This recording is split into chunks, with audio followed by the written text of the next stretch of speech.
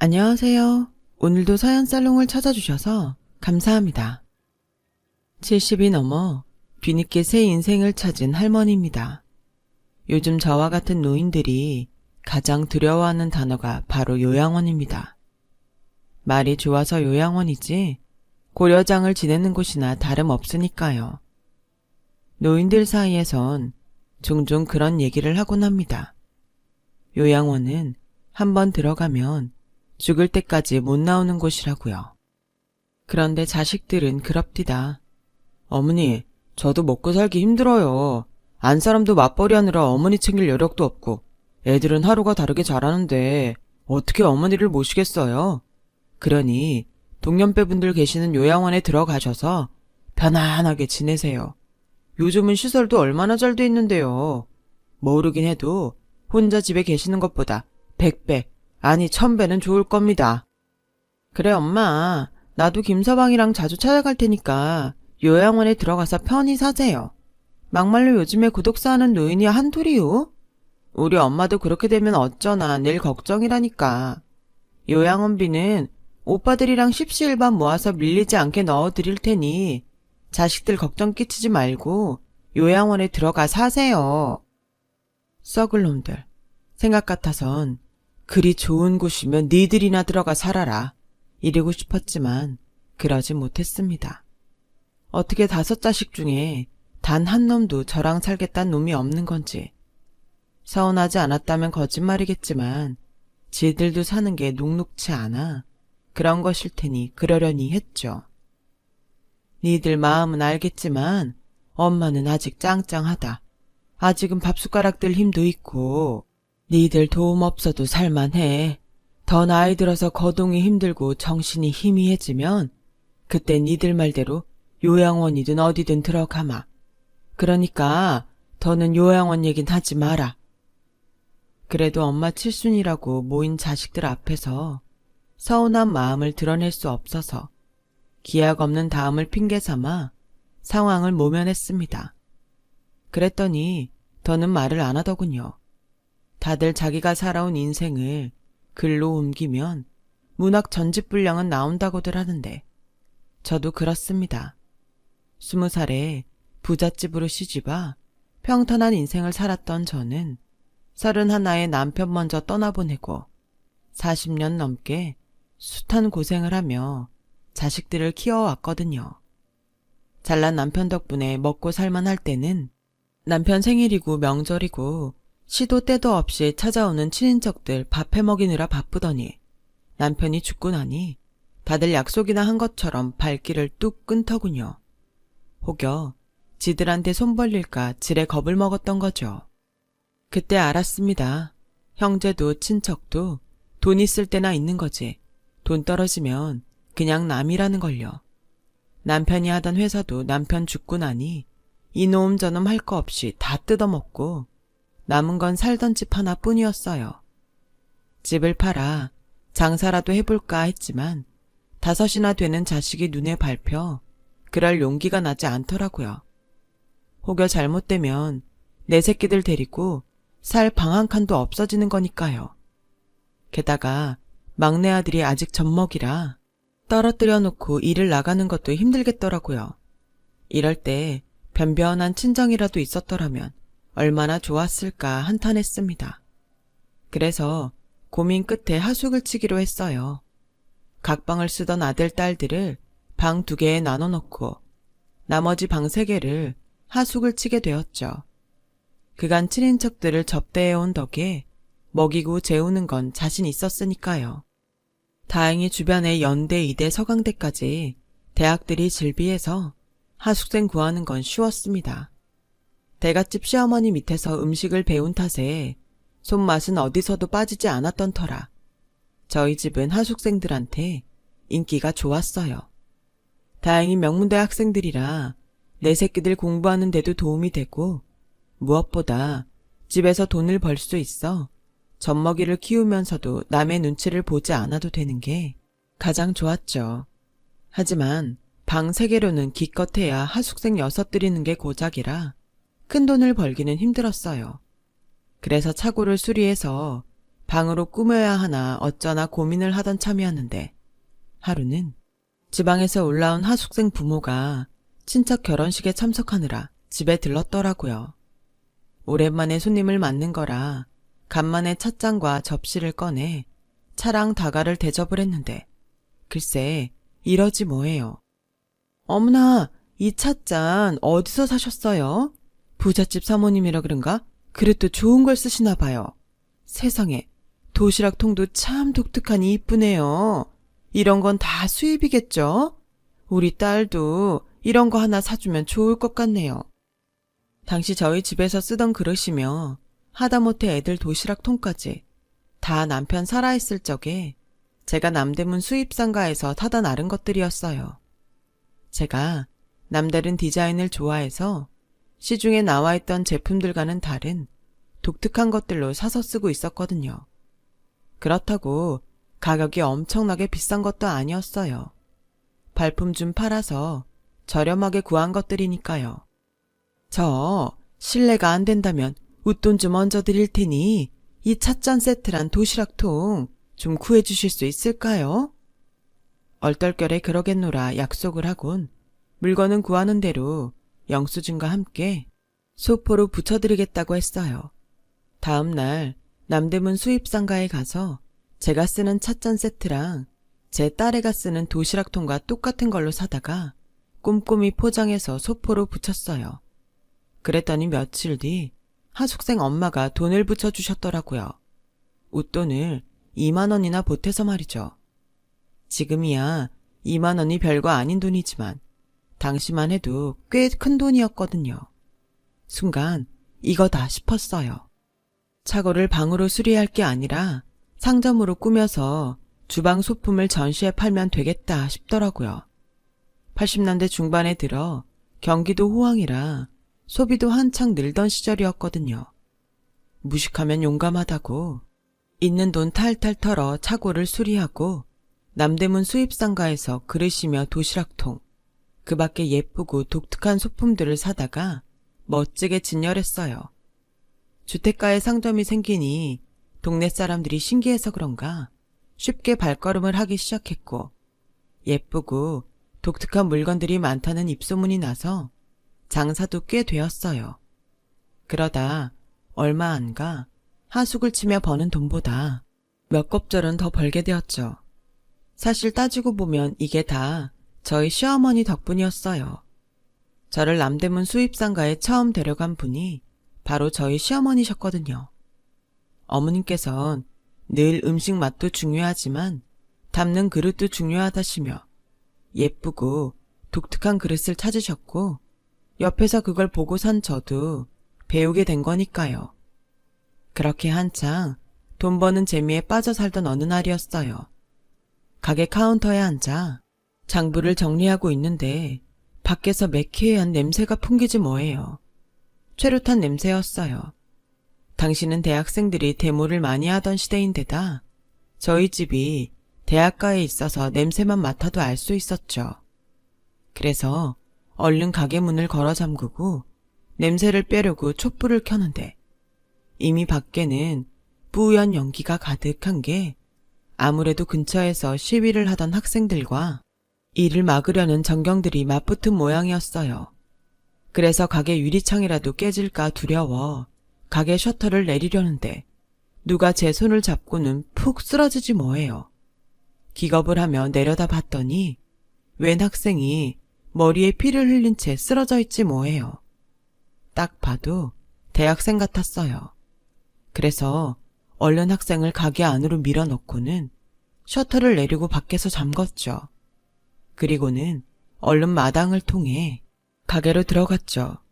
밖에서는 주택가로 스며든 학생들을 잡으려는 전경들 목소리가 들리더군요. 숨죽인 채 전경들이 돌아가기를 기다린 저는 가게 불을 켜고 쓰러져 있는 학생을 흔들었어요. 다행히 상처가 깊지는 않아서 금세 정신을 차리더라고요.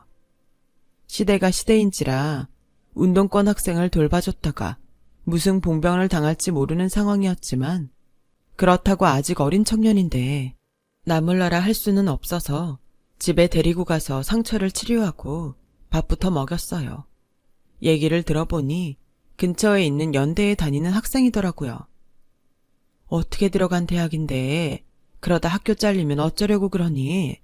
시골에 계신 부모님을 생각해서라도 데모 그만하고 학교 공부해. 아줌마는 무식해서 민주주의니 뭐니 그런 건 몰라. 그저 내 새끼들이랑 내 집에서 내 손으로 밥 지어 먹이는 학생들이 아프지 않고 몸 건강하면 바랄 게 없어. 부모 마음이 그런 거야. 모르긴 해도 학생 부모님도 나랑 같은 심정이실걸? 그러니까 다치지 말고 밥 굶지 마. 배고프면 언제든 찾아오고. 아줌마가 그깟 밥 한 끼 못 해주겠니? 아줌마 말 알아듣겠지? 제 말에 학생은 붉어진 눈시울로 고개를 끄덕였어요. 그 후로도 그 학생은 종종 저희 집에 들르곤 했어요. 호떡이며 붕어빵 같은 주전부리를 사오기도 하고 때로는 장미꽃을 한 송이 들고 오기도 했죠. 학생 신분이라 돈도 없을 텐데 뭐라도 들고 오려는 그 마음이 예쁘더라고요. 그래서 저는 정성껏 지은 밥을 잔뜩 먹여 보내곤 했죠. 그런데 한동안 저희 집에 드나들던 학생이 어느 날부턴가 발길을 뚝 끊고 오지 않더라고요. 학년이 올라가니 바빠서 그런가 보다 했어요. 그러던 어느 날이었죠.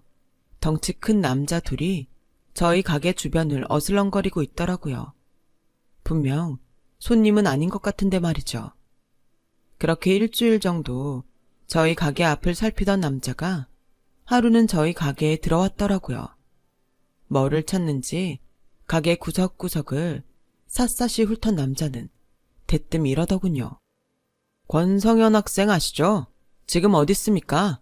이 집에 자주 드나든다는 얘기 듣고 온 거니까 거짓말할 생각 마세요. 권성현, 지금 어디 있어요? 다짜고짜 권성현이라는 학생이 어디 있는지 대라고 하는 거예요.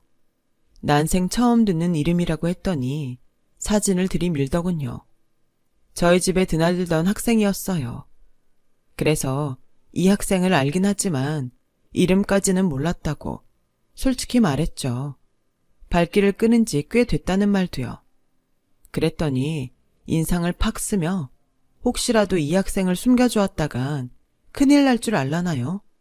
그러면서 이 집에 하숙하는 학생들이랑 분명히 내통했을 거라며 다짜고짜 집으로 들어가겠다길래 얼른 막아서며 한마디 했어요. 내 집에 들어가는 건 상관없어요. 하지만 우리 집 하숙생을 건드리는 건 가만히 참고 있을 수는 없네요. 걔들 부모님이 우리 집에 애들을 보냈을 때엔 저한테 아이들 보호자 노릇을 해달라는 거기도 하니까요.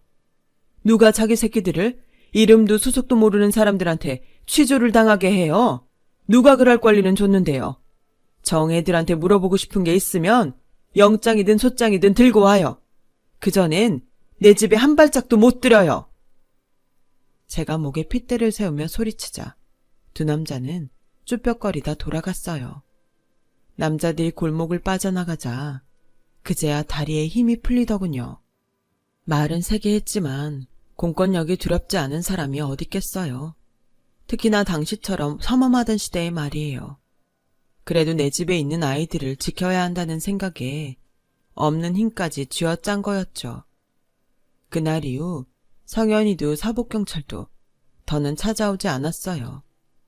그렇게 세월은 흘러 지구 반대편 나라에 과일도 수입이 되고 해외 브랜드도 번화가에 매장이 생길 정도로 수입이 자율화되었어요. 그러자 가게 수입이 점점 줄어들기 시작했죠. 애들이 자라서 한창 돈 들어갈 때라 밤마다 한숨밖에 안 나오던 때였죠. 불행은 꼬리에 꼬리를 물고 온다고 얼마 뒤 국가적으로 정말 큰 사건이 터지고 만 거예요. IMF 외환 위기가 닥친 거죠. 전 국민이 어려움에 빠지자 그나마 있던 하숙생도 다 나가고 정말 손가락만 빨게 된 거예요. 이건 내가 잘한다고 만회될 일이 아니라서 타격은 더 컸어요. 그렇다고 집에 틀어박혀 신세 한탄만 하기엔 딸린 자식들이 많아서 결국 팔 걷어붙이고 파출 일이면 모텔 청소, 식당 설거지까지 돈 되는 일이면 뭐든 닥치는 대로 해댔어요. 집안 상황이 그렇다 보니 자연히 큰딸이 살림을 도맡아 하게 되었죠. 대학 신입생이던 큰아들은 자기 학비 부담이라도 줄이겠다며 지원 입대를 해 군대에 갔고요. 하지만 그렇게 죽어라 일을 해도 생활은 늘 어려웠고 결국 남편이 남겨준 집을 팔아야 했어요. 하지만 시절이 시절인지라 은행 대출도 막히고 시중엔 현금이 씨가 마른 상황이라 절반값에 내놔도 집은 나갈 기미도 안 보이더라고요. 지금 생각하면 그때 그렇게라도 집을 지킬 수 있어서 다행이었던 것 같지만요. 하지만 그 시절은 어떻게 넘겼나 싶을 정도로 끔찍했어요. 새벽에 나가 건물 청소를 하고 낮에 퇴근해 빨래며 애들 먹일 반찬을 해놓곤 밤엔 고깃집에서 설거지 일을 하면서 투잡에 쓰리잡까지 하며 이를 악물고 버텨야 했거든요. 그 시절을 버틸 수 있었던 건 제 등에 엎여있던 5 자식들 때문인지도 모르겠네요. 자식이 아니었다면 제가 어떻게 그런 초인적인 힘을 낼 수 있었겠어요. 내 새끼들 굶기지 않으려 죽을 똥 살똥 발버둥을 치다 보니 어느새 험한 파도를 넘어 현재까지 올 수 있었습니다. 그때는 그렇게 아침에 오는 게 죽기만큼 싫었는데 돌이켜보니 오히려 그때가 행복했다는 생각이 드네요. 어느덧 자식들도 성장해서 각자 몫을 하고 살고 있지만 오히려 자식들 얼굴 한번 볼 새 없이 바쁘던 그때보다 얼굴 보기 힘드니 말입니다. 왜 아이들이 보는 동화 중에 행복한 왕자라는 동화가 있잖아요. 남들을 위해 자신의 모든 걸 헌신한 왕자 동상 얘기 말입니다. 힘들 땐 몰랐는데 살다 보니 제가 그 꼴이 되어 있더라고요. 등골이 휘고 손마디가 굵어지도록 일을 해서 키운 자식들이 지 부모 등골을 다 빼먹고도 더 뺏어갈 게 없나 눈에 불을 켜고 덤벼들지 뭐예요. 결혼자금이다 사업자금이다 하다못해 지 애들 보낼 학원비까지 구실도 참 여러 가지더군요. 누구는 늦음하게 자식들한테 용돈도 받고 산다는데 저는 그런 건 꿈도 못 꾸고 살았습니다. 제 생일을 기억하는 자식도 없고 어버이날이라고 카네이션 하나 달아주는 자식이 없으니 더 말해 뭐 하겠어요. 이게 다 내가 자식 교육을 잘못해 그런 거려니 하며 살 뿐이죠. 그런데 이것들이 뭘 잘못 먹었는지 제 칠순이라고 다들 집으로 몰려왔지 뭡니까. 그래도 내가 인생을 헛되게 살지는 않은 모양이다 했는데 그때 큰애가 집 얘기를 꺼낸 거예요. 어머니, 이 집 너무 낡지 않았어요? 구조도 엉망이라 거동하시기도 불편할 것 같고 노인네 혼자 사시기엔 집도 너무 크잖아요. 이참에 팔고 요양원에 가시는 거 어때요? 시설도 잘 해놨다는데. 그래요 어머님. 이이가 어머님 걱정에 통 잠을 못 이룬다니까요. 태풍 불면 집 무너질까 혹여 발이라도 헛디뎌서 낙상하시면 어쩌나 여간 걱정이 되는 게 아닌가 봐요. 그래서 말인데요. 이 집 팔고 우리 이 사업 자금 좀 대주시면 안 돼요? 부창부수 아니랄까봐 큰며느리는 지 남편 말에 장단까지 맞추더군요. 그러자 큰딸이 정색을 하고 나섰어요. 어머 언니, 말 이상하게 하네요.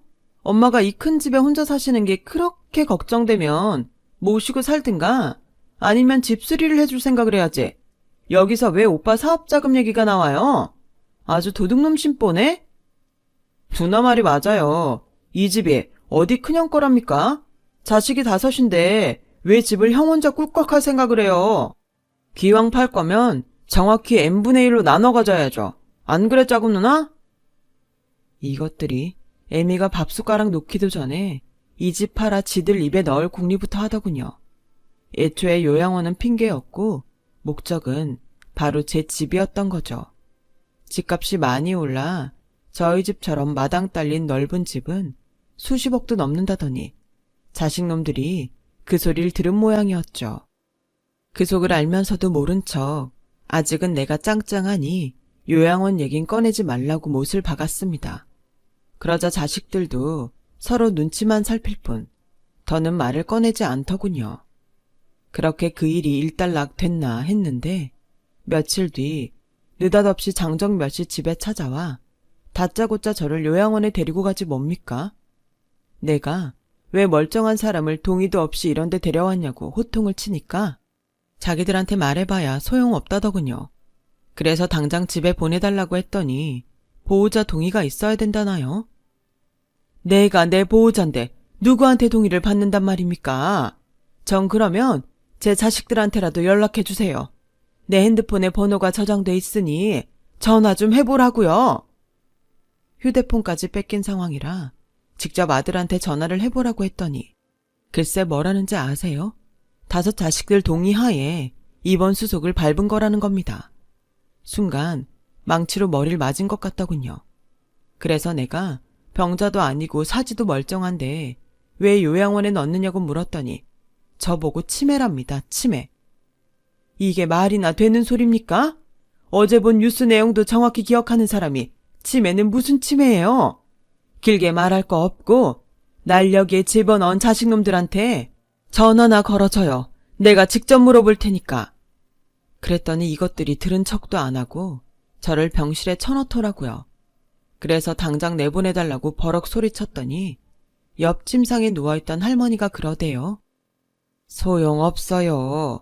자식들이 작정하고 보낸 것 같은데 무슨 수로 나갑니까? 괜히 힘 빼지 마시고 포기하세요. 별 수 있습니까? 그런다고 지부모 모시기 싫어 버린 자식들이 빼내줄 리 만무한데 포기하세요. 둘러보니 병실 안에 있는 노인들 모두 체념한 표정으로 누워있더군요. 창살만 없지 감옥이나 진배 없었어요.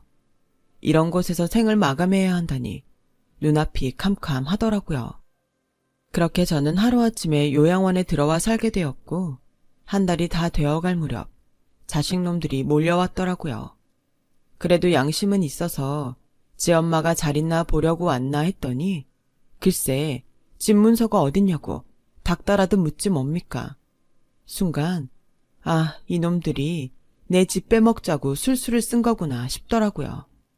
안 그래도 제 칠순 때 애들이 집을 팔자는 얘기를 하길래 혹시 몰라 집 문서를 찬장 안쪽에 제가 아끼던 그릇 밑에 숨겨놓았는데 아직 못 찾은 모양이었어요. 그래 찾다 못 찾고는 떼거지로 몰려와 집 문서를 내놓으라고 악다구니를 쓰는 거였죠. 멀쩡한 지혜미를 치매로 몰아서 요양원에 쳐놓고는 집까지 뺏으러들여? 어림도 없다 생각했어요. 집 문서? 니들 손으로 날 치매 걸린 노인이라고 요양원에 쳐넣더니 이젠 있지도 않은 집 문서를 내놓으라고? 난 모르겠다. 니들 말 맞다나 기억이 사라졌는지 아무것도 생각이 안 나. 괜히 힘 빼지 말고 다들 돌아가. 3시간이 넘도록 제게 윽박 지르고 어르고 달래도 안 되자 다들 쌩하니 돌아가더군요. 그날 밤 서러운 마음에 소리 죽여 울었습니다. 그 소리를 들었는지 옆 침상 할머니가 그러더군요. 자식도 품 안에 있어야 자식이지. 지들 가령 차려나가면 남입디다. 서러워 마세요. 우리가 자식 교육 잘못시킨 걸 누굴 탓하겠습니까? 옆 침상 할머니도 여기 들어올 때 자식들한테 비슷한 꼴을 당했다며 긴긴 밤 동안 저를 위로해 주셨어요. 그리고는 괜히 자식들 미워하며 마음 다치지 말라시며 목사님 한 분을 소개해 주셨어요. 요양원에 봉사활동을 하러 오시는 목사님인데 사람이 참 좋고 대화를 하다 보면 마음의 응어리도 풀리곤 한다면서요. 그래서 목사님을 만나게 되었는데 인상도 좋고 왠지 오래전부터 알고 지낸 사이처럼 편하더군요. 그래서 이런저런 살아온 얘기를 했는데 순간 목사님이 제 손을 잡더니 눈물을 글썽이지 뭡니까. 아주머니, 저 기억하시겠어요? 저 오래전에 아주머니께서 구해주신 성현입니다. 대학에 다니던 시절 백골단한테 쫓기던 저를 아주머니께서 치료해 주시고 밥도 지어주셨잖아요. 그 말을 듣고 봐서 그런가 선한 눈매가 오래전 그 학생의 눈과 많이 닮았더라고요. 맞네, 맞아. 권성현 학생. 사복경찰이 다녀가고 얼마나 걱정했나 몰라.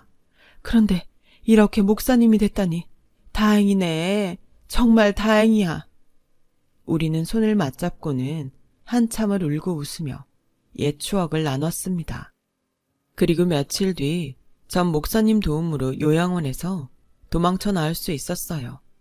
늦은 밤 사람들 눈을 피해 집에 가봤더니 자식놈들이 집 문서를 찾느라 온 집안을 휘저어놔서 엉망이 되어 있더라고요. 다행히도 찬장 안은 앞쪽만 뒤지다 만 모양이었어요. 그릇을 들여다보니 안에 집 문서가 그대로 놓여 있더라고요. 며칠 뒤 저는 목사님과 함께 관할 경찰서로 갔습니다. 가보니 경찰에 연락을 받고 5 자식들이 먼저 와 있더군요. 저를 보자 이상가족 상봉이라도 하듯 달려와 몸은 괜찮냐는 둥, 그동안 얼마나 걱정했는지 아느냐는 둥, 마음에도 없는 소리를 짓거리더군요. 얘라이 썩을 놈들아. 돈에 눈이 멀어 멀쩡한 지부모를 치매 환자로 몰아 요양원에 가두더니 경찰이 무섭긴 한가 보구나. 마음에도 없는 쇼를 하게. 그래도 소용없다. 난 짐승만도 못한 니들 용서할 생각이 없으니까. 경찰 아저씨, 이놈들 죄다 잡아 콩밥 좀 먹여주세요. 이 늙은이 소원입니다. 그러자 큰아들이 한숨을 푹 쉬며 그러는 거예요. 어머니, 왜 자꾸 이러세요? 저희가 왜 멀쩡한 어머니를 치매 환자로 몰겠어요? 그날 어머니가 하신 행동 기억 안 나세요? 어머니 칠순 때 저희가 찾아갔던 건 기억하세요? 그날 어머니께서 저를 돌아가신 아버지로 착각하시곤 한참을 울며 그러셨잖아요. 보고 싶었다고. 왜 이제 왔냐고. 그뿐인가요? 제 아내를 어머님이라고 부르시며 절까지 하셨잖아요. 지금이야 요양원에서 드신 약 기운에 일시적으로 상태가 좋아 보이는 거지. 약 안 드시면 또 그러실 거라고요. 오빠 말이 맞아, 엄마. 그날 우리가 엄마 그런 모습 보고 얼마나 놀랐게. 괜히 자식들 얼굴에 먹칠하지 마시고 요양원 가요. 네? 아주 오남매가 똘똘 뭉쳐 저를 치매 환자로 몰아가더군요. 이미 예상한 일이라 화도 안 났어요. 그때였죠. 목사님이 경찰한테 병원 진단서를 내밀었어요. 어제 병원 가서 진단을 받아보니 정수님 씨는 치매가 아니라고 하던데요. 오히려 저보다도 기억력이 좋으셔서 깜짝 놀랄 정도였습니다. 어머님이 치매라는 증거는 있나요? 병원 진단서라든가 처방전이라든가 뭐든 있다면 보여주시죠. 요양원에 계신 간호사분들도 다들 정수님 씨가 치매 증상이 없다고 하던데 누구 말이 맞는 걸까요? 당신이 뭘 안다고 그래. 우리 엄마는 자식인 우리가 잘 알아. 제3자는 빠지시고 갈 길 가세요. 지랄하고 자빠졌다. 니들이 날 알아? 오냐? 그럼 내 생일이 언제냐? 왜 대답들을 못해? 물에 빠져도 주둥이만 둥둥 뜰 놈들 같으니라고. 그래, 니들 눈엔 내가 치매로 보이는 모양인데 그럼 이건 어떠냐? 3년 전에 니놈이 회사 때려치고 치킨집 차린다고 나한테 1억 가져간 건 생각나냐? 니 형이랑 누나들한텐 비밀로 하라고 신신당부했던 거. 그 말에 자식들은 막내를 죽일 듯 노려보았어요. 그리고 정연이 너, 네 신랑 만나기 전에 유부남한테 빠져서 그 집 안사람 만나 커피 세일 받았던 거 기억나냐? 남의 남편 넘보는 도둑년이란 소리 들었다며 억울해하길래 내가 그랬지. 남의 눈에 피눈물 나게 한 년이 그깟 커피 한번 뒤집어 쓰고 억울해하냐고. 그랬더니 네가 그랬다. 남의 떡이 더 커 보이는데 어쩌라는 거냐고. 그때 알아봤다. 네 년은 인간 되긴 애당초 그런 년이라는 걸. 김서방이 밖에서 여자들 만나고 다닌다고 네가 소갈이 하는 거 보고 하늘이 무심치는 않구나 싶었다. 제 말이 떨어지기가 무섭게 김서방은 한숨을 푹푹 쉬더니 휑하니 경찰서를 나가버렸어요. 막내딸은 울상이 돼선 발을 동동거리더군요. 더 해주랴? 얼마나 더 하면 내가 치매가 아니란 게 증명이 되겠냐? 말해봐 이것들아! 서슬이 펄은 제 모습에 자식들은 고개를 숙이곤 아무 말도 못했어요. 그러자 막내 아들이 무릎을 꿇고는 울며 그러더라고요. 엄마, 잘못했어. 엄마가 요양원에서 도망쳤다는 소리를 듣고 얼마나 무서웠나 몰라. 솔직히 난 큰형이 하라고 해서 그런 것뿐이야. 알잖아, 큰형 화내면 무서운 거. 야, 이 자식아, 너 혼자 살겠다고 이제와 배신을 때려? 집 팔아서 돈 좀 떼어준다고 하니까 너도 하겠다며. 그래놓고 왜 딴소리야? 저 혼자 한 일 아니에요. 정연이, 유경이, 재훈이랑 명훈이도 다 원해서 한 일이라고요. 그러게 진작에 집 팔아서 우리 줬으면 우리가 이렇게까지 하진 않았을 거 아니에요. 이거 다 엄마가 자초한 일이라고요. 나이 먹었으면 욕심 그만 부리고 자식들한테 나눠줄 생각을 했어야지. 왜 그렇게 욕심을 부려요? 이날이 때까지 엄마가 우리한테 해준 게 뭐가 있다고. 그 말에 도저히 참을 수가 없어서 큰아들 뺨을 치고 말았어요. 해준 게 없어? 그동안 죽어라 이래서 니들 다섯 키우느라 내 청춘도 가고 내 몸도 망가졌다. 그래도 단 한 번도 니들한테 생색내거나 원망한 적 없다. 왜? 부모니까. 내 새끼들이니까. 그런데 니들 눈엔 내가 부모로도 안 보인 모양이구나. 해준 게 없으니 집이라도 내놓고 사라져라. 나는 그렇게는 못하겠다. 내가 잘못 키운 내 새끼들 이제라도 제대로 훈육을 해야겠거든. 니들 똑똑히 들어라. 이 시간 이후로 니들은 내 자식이 아니다. 멀쩡한 나를 납치해서 강제로 요양원에 집어넣고 내 집을 뺏으려 했던 강도, 그 이상도 그 이하도 아니야. 니들 죄는 법정에서 판사님한테 받도록 해라. 선처는 없으니 다신 연락하지 마. 자식들은 그제야 저를 붙잡으며 잘못했다 용서를 빌었지만 저는 도저히 용서가 안 되더라고요. 그래서 목사님 도움을 받아 경찰에 제 자식들을 납치 및 감금 등 여러 죄목으로 형사 고발을 했습니다. 부모가 돼선 자식들한테 어떻게 그럴 수 있냐고 하시겠지만 지금이라도 단죄하지 않으면 저것들이 남한테 또 이런 짓을 벌일지 누가 압니까? 아파도 내 손으로 처리를 해야죠. 그리고 제 집은 팔아서 목사님이 운영하는 보육원에 기증을 했습니다. 저는 보육원 내에 목사님이 마련해 주신 집에서 살고 있죠. 자식들한테 버려진 저나 부모한테 버려진 아이들이나 다들 정에 굶주린 탓에 서로 애틋하게 지내고 있습니다. 자식 농사를 잘못 지은 죄는 이렇게 갚아 나가려고 합니다. 여러분의 부모 자식 년은 순탄하고 행복하길 진심으로 바랍니다. 긴 사연 들어주셔서 고맙습니다. 여러분, 사연 댓글에 응원과 현명한 조언 부탁드려요. 좋아요와 구독은 저에게 큰 힘이 됩니다. 오늘도 좋은 일 가득하세요.